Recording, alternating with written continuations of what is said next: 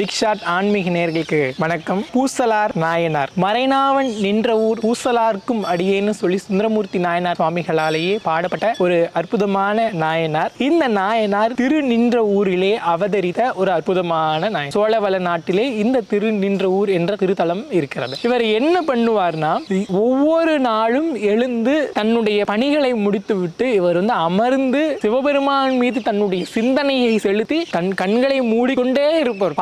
பார்க்கிறவர்கள் எல்லாரும் என்ன நினைப்பாங்கன்னா, இந்த ஆள் எப்ப பார்த்தாலும் தூங்கிக்கிட்டே தான் இருக்குது அப்படின்னு நினைக்கக்கூடிய அளவிற்கு இவர் எந்நேரமும் சிவசிந்தனையில் இருக்கக்கூடியவர். இவருக்கு ஒரு ஆசை வருது. சோழவள நாட்டிலே இருக்கக்கூடிய திருவாரூரிலே எழுந்தருளி இருக்கக்கூடிய புற்றிடங்கொண்ட பெருமானுக்கு ஒரு கோயில் கட்டி அமைக்க வேண்டும்னு ஒரு மிகப்பெரிய ஆசை ஏற்படுது. இந்த புற்றிடங்கொண்ட பெருமான் கோயிலுக்கு ஒரு கோயிலை எழுப்ப வேண்டும். அந்த கோயில்ல தன்னுடைய பணி தன்னுடைய சிந்தனையால் நாம் ஒரு திருப்பணி செய்ய வேண்டும் அப்படின்னு நினைக்கிறாரு. ஆனால் இவர் மிகுந்த வறுமை கொண்டவர். இவருக்கு உண்ண உணவு இருக்க இடம் கிடைக்கிறது பெரிய விஷயம். அப்படிப்பட்ட ஒரு நாயனார். ஆனா இவர் எப்படி புற்றினம் கொண்ட பெருமானுக்கு கோயில் கட்டுவார்? கோயில் கட்டுறதுங்கிறது ஒரு சாதாரண விஷயமா என்ன? ராஜாக்கள் நினைச்சாலே அதுக்கு எவ்வளவோ முயற்சி செய்து பல இடங்களுக்கு போர் தொடுத்து போய் அதுல கிடைக்கக்கூடிய செல்வங்களை எல்லாம் கொண்டு கோயில் கட்ட முடியும். ஆனா ஒரு சாதாரண மனிதன், ஒரு சாதாரண அடியார் எப்படி கோயில் கட்ட முடியும் அப்படின்னா அது ரொம்ப ரொம்ப கடினம். அதனால இவர் என்ன பண்றாரு, தன்னுடைய மனத்தாலேயே கோயில் கட்டி விடுவது அப்படின்னு சொல்லி ஒரு முடிவு பண்றாரு. அதிலும் எப்படி கட்டுறாரு,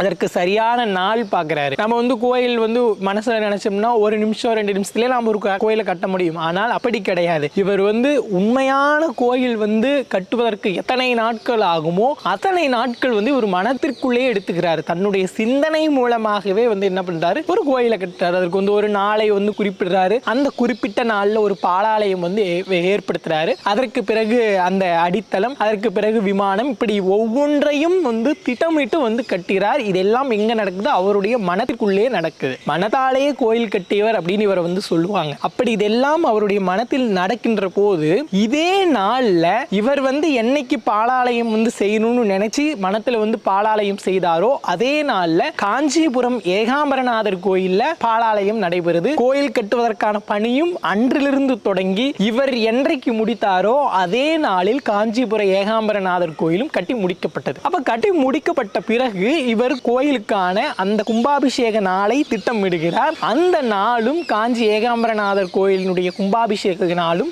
ஒரே நாளாகவே அமைந்து விடுகிறது. இப்போது சிவபெருமான் ஒரு திருவிளையாடலை நடத்துறாரு. அது என்னன்னா, காஞ்சி ஏகாம்பரநாதர் கோயிலை கட்டி கொண்டிருக்கக்கூடிய மன்னனுடைய கனவில் போய், இன்றைக்கு நீ வைத்துள்ள இந்த கும்பாபிஷேக நாள் அன்றைக்கு எனக்கு இன்னொரு கோயில் கும்பாபிஷேகம் இருக்கிறது. அந்த கோயில் கும்பாபிஷேகத்துக்கு வருவதா நான் ஏற்கனவே அந்த அடியாருக்கு நான் வாக்கு கொடுத்துட்டேன். அதனால உன்னுடைய இந்த கும்பாபிஷேக நாள் அன்றைக்கு என்னால் வர முடியாது. அப்ப கும்பாபிஷேக நாளை மாற்றி வைன்னு சொல்லி சிவபெருமான் மன்னனுடைய கனவுல போய் சொல்றாரு. இப்ப மன்னன் கிட்ட எல்லா விஷயத்தையும் சொல்லிடுறாரு. பூசலாருங்கிற ஒரு அடியார் கோயில் கட்டியிருக்காரு, திருநின்ற ஊர் சோழவள நாடு, எல்லா விஷயத்தையும் சிவபெருமான் சொல்லிடுறாரு. சொன்ன உடனேயே மன்னன் விழித்து கொண்டு, இப்படி ஒரு அடியாரா இந்த உலகத்தில் வாழ்ந்து கொண்டிருக்கிறவரா? அப்ப சிவபெருமான் போவதாக வாக்கு கொடுத்தார் அப்படின்னு சொல்லி சொன்னா அது எவ்வளவு பெரிய கோயிலா இருக்கும். நாம கட்டியிருக்கிறது தான் இந்த உலகத்திலேயே மிகப்பெரிய கோயில், இந்த உலகத்திலேயே கலைநயம் மிக்க கோயில் நான் நினைச்சுக்கிட்டு இருந்தேன். ஆனால் சிவபெருமானே ஒரு அடியார் கட்டிய கோயிலுக்கு போறேன்னு சொல்றாருன்னா அது எவ்வளவு பெரிய கோயிலா இருக்குன்னு சொல்லி, நான் அந்த கோயிலை நிச்சயமாக பார்த்தாக வேண்டும் அப்படின்னு சொல்லி எல்லாரும் புறப்பட்டு, படை வீரர்கள் உட்பட, படை தளபதி, அமைச்சர்கள் அத்தனை பேரும், மன்னன் உட்பட எல்லாரும் புறப்பட்டு சோழவள நாட்டிலே திருநின்ற ஊருக்கு வராங்க. திருநின்ற ஊர்ல வந்த உடனே பூசலார் நாயனாரை பற்றி எல்லாம் கேட்கிறாங்க. எல்லாம் சொல்றாரு, அவர்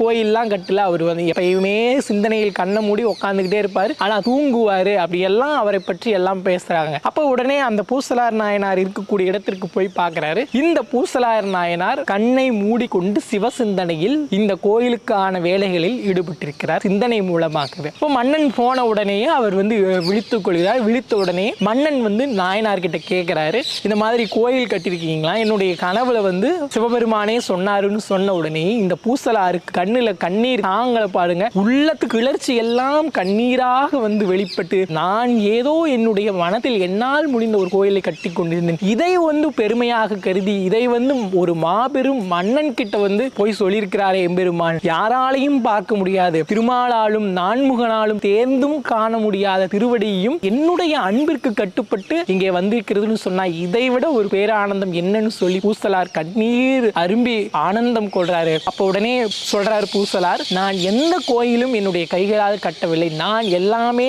மனத்தால் மட்டும்தான் கட்டினேன், மனத்திற்குள் தான் கோயில் கட்டுகிறேன்னு சொன்ன உடனே மன்னன் வந்து தனக்கு இருந்த அத்தனை செருக்கும் அழிந்து போக இந்த பூசலார் நாயனாரை வழிபட்டாலே அவர் எழுப்பிய மன கோயிலை வழிபட்டதற்கு சம்பந்தம் என்று சொல்லி பூசலார் நாயனாரை நீங்க வந்து கும்பாபிஷேகம் மனத்திற்குள்ளே செய்யுங்கள், நாங்கள் எல்லோருமாக சேர்ந்து உங்களை வழிபடுகிறோம்னு சொல்லி எல்லாரும் சேர்ந்து பூசலார் நாயனாரை வழிபட்டார். அப்படி வழிபட்டு கொண்டிருக்கிற போது எம்பெருமான் காட்சி கொடுத்து பூசலார் நாயனாரை ஏற்றுக்கொண்டு சென்று விட்டார். இப்படி சென்ற இந்த பூசலார் நாயனார் 63 நாயன்மார்கள் வரியில அவருக்கும் ஒரு இடத்தையும் கொடுத்திருக்கிறார். நன்றி.